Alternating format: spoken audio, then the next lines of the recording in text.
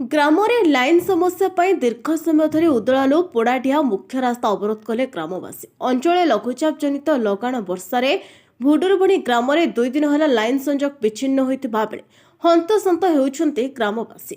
ବାରମ୍ବାର ଅଭିଯୋଗ ପରେ ମଧ୍ୟ ଶୁଣୁନାହିଁ ବିଦ୍ୟୁତ ବିଭାଗ। ମୟୂରଭଞ୍ଜ ଜିଲ୍ଲା ଉଦଳା ଥାନା ଅଧୀନ ଭୀମତାଳି ଗ୍ରାମ ପଞ୍ଚାୟତର ଦିବ୍ୟସିଂହପୁର ଗ୍ରାମରେ ଏଭଳି କିଛି ଘଟଣା ଦେଖିବାକୁ ମିଳିଛି। ଗ୍ରାମରେ 2 ଦିନ ଧରି ବିଦ୍ୟୁତ ସରବରାହ ବନ୍ଦ ଥିବା ବେଳେ ହଇରାଣ ହରକତ ହେଉଛନ୍ତି ଗ୍ରାମବାସୀ। ପ୍ରବଳ ଗ୍ରୀଷ୍ମ ପ୍ରବାହ ସାଙ୍ଗକୁ ଗୁଳୁଗୁଳି ଅସହ୍ୟ ହେଲେଣି ଗ୍ରାମବାସୀ, ଯାହା ଏବେ ସାଧାରଣରେ ଲୋକଙ୍କ ଭିତରେ ଅସନ୍ତୋଷ ଦେଖିବାକୁ ମିଳିଛି।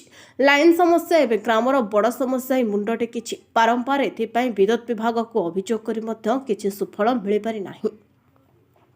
ଶେଷରେ ବାଧ୍ୟ ହୋଇ ଗ୍ରାମବାସୀମାନେ ପ୍ରତିବାଦ ସ୍ୱରୂପ ଦୀର୍ଘ ସମୟ ଧରି ସନ୍ଧ୍ୟାଠାରୁ ରାତ୍ର ପର୍ଯ୍ୟନ୍ତ ବହୁ ସମୟ ଧରି ମୁଖ୍ୟ ରାସ୍ତାରେ ଟାୟାର ଚଳିବା ସହିତ ବିକ୍ଷୋଭ ପ୍ରଦର୍ଶନ କରିଛନ୍ତି ଗ୍ରାମବାସୀ। ଏହାଫଳରେ ମୁଖ୍ୟ ରାସ୍ତାରେ ଯାତାୟାତ ସମ୍ପୂର୍ଣ୍ଣ ଠପ୍ ହୋଇଛି।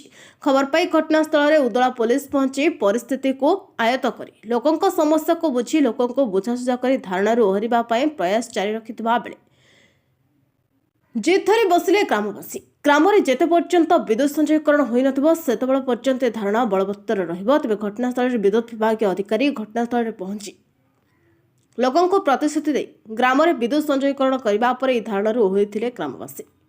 ମୟୂରଭଞ୍ଜରୁ ମୁରାରୀ ମୋହନ ମହାପାତ୍ରଙ୍କ ରିପୋର୍ଟ, ପ୍ରୟାଗ ଖବର।